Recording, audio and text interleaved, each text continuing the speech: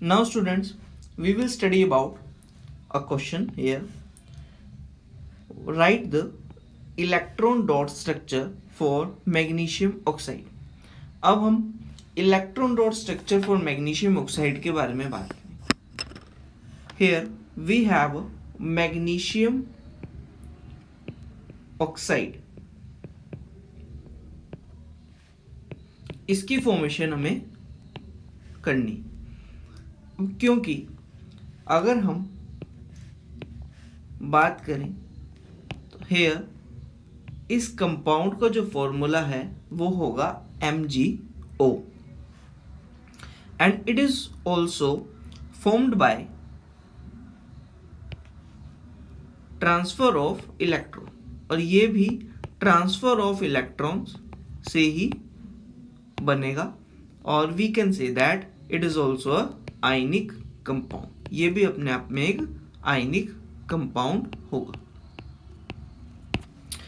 In this case अगर हम magnesium के बारे में बात करें तो मैग्नीशियम का एटॉमिक नंबर हमारे पास 12.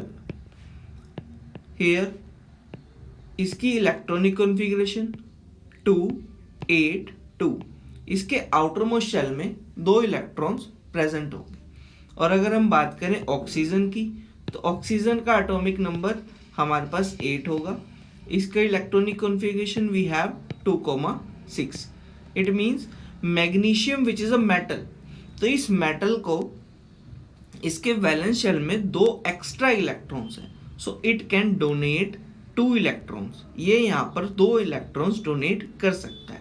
And oxygen which is a electronegative in nature and it is a non metal, ये क्या करेगा, it has a tendency it can gain electron, तो ये 2 इलेक्ट्रॉन्स को एक्सेप्ट कर सकता है. So here in the formation of magnesium oxide, magnesium अपनी साइड से अपने आउटर मोस्ट शेल में से जो इसके पास 2 इलेक्ट्रॉन्स हैं उनको डोनेट करेगा. किसको? ऑक्सीजन को. It will transfer these 2 electrons, क्योंकि ऑक्सीजन के आउटर मोस्ट शेल में अभी हमारे पास 6 इलेक्ट्रॉन्स प्रेजेंट हैं. हमारे पास यहां पर 6 इलेक्ट्रॉन्स प्रेजेंट हैं.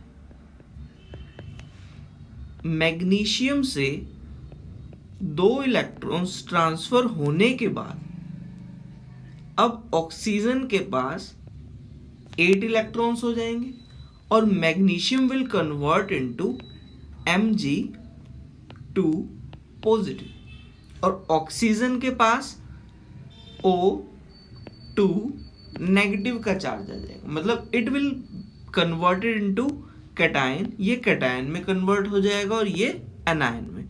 Here the transfer of electron takes place. हमारे पास यहाँ पर जो इलेक्ट्रॉन हुए हैं, इट मीन्स यहाँ पर ट्रांसफर ऑफ इलेक्ट्रॉन्स हमारी हुई है in the formation of magnesium chloride. तो वी कैन से दैट हमारा जो कंपाउंड बना by this transfer of electron that becomes Mg2 positive and O2 negative. Overall formation of MgO takes place, और हमारे पास फॉर्मेशन ऑफ MgO हो जाएगी.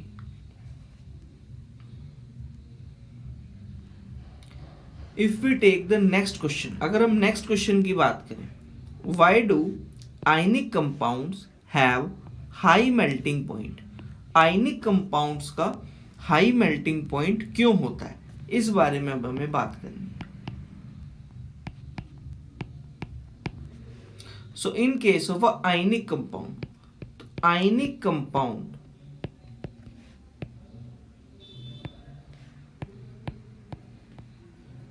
जो हमारे होते हैं आयनिक कंपाउंड्स, लाइक अगर हम इसमें भी एग्जांपल लेंगे, so we have NaCl, sodium chloride, in which sodium के पास एक पॉजिटिव चार्ज और क्लोरीन के पास एक नेगेटिव चार्ज होगा, बिकॉज इनकी जो फॉर्मेशन हुई है is due to the transfer of electrons.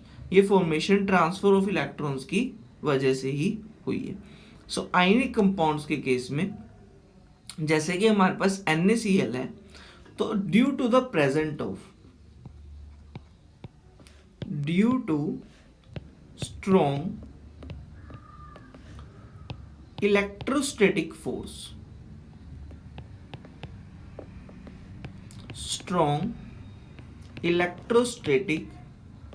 Force of attraction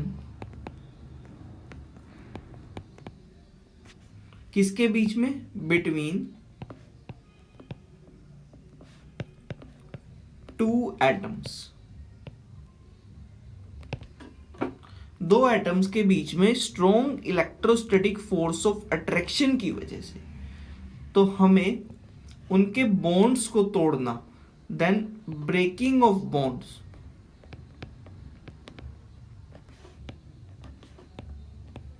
ये क्या होगा? ये थोड़ा मुश्किल होगा। Is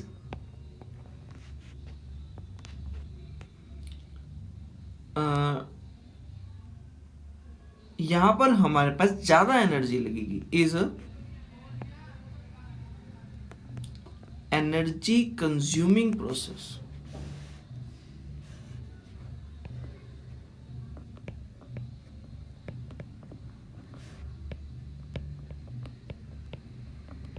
So, in case of the ionic compounds, due to the presence of the positive and negative charges, or we can say that opposite charges, इनके बीच की strong intermolecular forces of attraction होंगी। strong intermolecular forces of attraction की वजह से हमारे पास इनके बीच की जो बॉन्ड है उसको तोड़ने के लिए, उस बीच की बॉन्ड को अगर हम उसको तोड़ना चाहें, it means if we want to break them, then they require the high amount of energy, and due to this we can say that ionic compounds have high melting point. यही हमारा reason है कि जो ionic compounds हैं उन